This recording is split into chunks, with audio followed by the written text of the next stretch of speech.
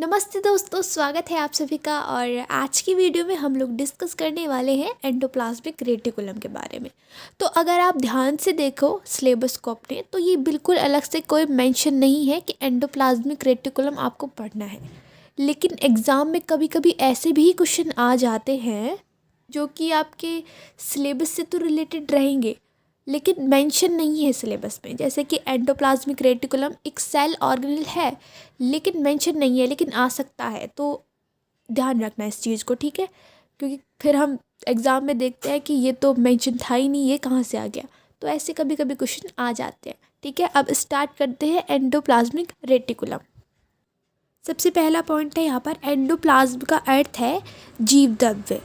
तो एंडोप्लाज्म का मीनिंग होता है प्रोटोप्लाज्म और रेटिकुलम का मीनिंग होता है एक प्रकार का जाल या फिर जालिका, जिसको इंग्लिश में नेट बोल सकते हैं। नेक्स्ट पॉइंट है, पोर्टर और थॉम्पसन ने इसकी खोज 1945 में की थी। नेक्स्ट पॉइंट है, एंडोप्लाज्मिक रेटिकुलम झिल्ली युक्त नलिकाओं का एक बहुत बड़ा तंत्र है। यह दोहरी झिल्ली से घिरी होती है और यह लाइपोप्रोटीन की बनी होती है। नेक्स्ट पॉइंट है, सेल्स में इनका विस्तार कभी कभी केंद्रक न्यूक्लियस की बाह्य झिल्ली से प्लाज्मा झिल्ली तक होता है। तो कभी कभी हमने किसी स्ट्रक्चर में देखा होगा सेल के, जब हम सेल बनाते हैं तो वहाँ पर जो एंडोप्लाज्मिक रेटिकुलम होता है वहाँ से एक मेम्ब्रेन जो निकलती है, वो एक मतलब हमारी जो प्लाज्मा मेम्ब्रेन होती है वहाँ तक कनेक्ट रहती है। उसके बाद नेक्स्ट पॉइंट है, एंडोप्लाज्मिक रेटिकुलम को झिल्ली युक्त नलिकाओं का एक नेटवर्क होने के कारण इसे झिल्लियों का तंत्र यानी सिस्टम ऑफ मेम्ब्रेन भी कहा जाता है। नेक्स्ट पॉइंट है, यह परिपक्व आरबीसी को छोड़कर सभी यूकैरियोटिक सेल्स में पाई जाती है। और इसको देख कर के याद आ रहा है कि यहाँ पर एक ऐसी सेल भी होती है जिसमें न्यूक्लियस नहीं पाया जाता है। अब वो कौन सी सेल होती है, पहले आप कमेंट कर बता दीजिए। वो सेल होती है हमारी आरबीसी, जिसके अंदर कोई भी न्यूक्लियस नहीं पाया जाता है। तो अब हम यहाँ पर टाइप्स ऑफ एंडोप्लाज्मिक रेटिकुलम देख लेते हैं। तो एंडोप्लाज्मिक रेटिकुलम 2 टाइप्स की होती है, स्मूथ एंडोप्लाज्मिक रेटिकुलम और rough endoplasmic reticulum. Smooth endoplasmic reticulum में क्या लिख सकते हैं हम, इनकी सतह स्मूथ चिकनी होती है क्योंकि इन पर राइबोसोम नहीं पाए जाते हैं। ये मेनली लिपिड संश्लेषण का कार्य करती हैं। दूसरा है रफ एंडोप्लाज्मिक रेटिकुलम। इनकी सतह रफ खुरदरी होती है क्योंकि इन पर राइबोसोम पाए जाते हैं।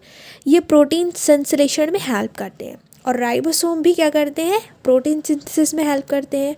तो एंडोप्लाज्मिक रेटिकुलम जिस पर राइबोसोम पाए जाते हैं वो किस लिए काम आती है, वो किस लिए हेल्प करती है, वो हेल्प करती है प्रोटीन सिंथेसिस का।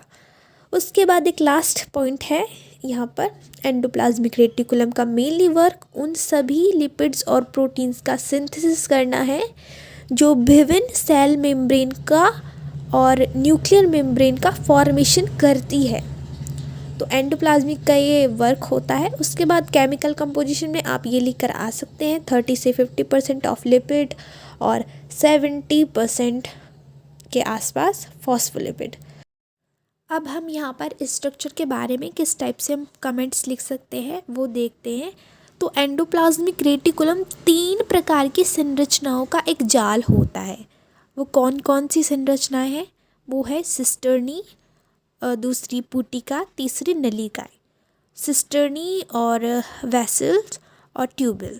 सबसे पहले सिस्टर्नी को देख लेते हैं। तो ये लंबी चपटी अशाखित झिल्ली से बनी संरचना है। ये लैमिनी का निर्माण करती है। ये रफ एंडोप्लाज्मिक रेटिकुलम में अच्छी तरह से विकसित होती है। उसके बाद है पुटिका यानी वेसिकल। ये गोल अंडाकार थैलीनुमा संरचना है जो स्मूथ एंडोप्लाज्मिक रेटिकुलम में पाई जाती है। लास्ट है नलिकाएं। ये शाखित यानी ब्रांच्ड संरचना है जो कि स्मूथ एंडोप्लाज्मिक रेटिकुलम में पाई जाती है। अभी जैसा कि हमने इसके स्ट्रक्चर में देखा कि नलिकाकार और थैलीनुमा संरचना होती है, तो अगर हम इसको स्ट्रक्चर को देखते हैं तो यहाँ पर जो नलिका के अंदर का जो स्पेस होता है उसको हम ल्यूमेन बोल देते हैं, और नलिका के बाहर का जो एरिया होता है उसको हम एक्स्ट्रा ल्यूमेन बोल देते हैं।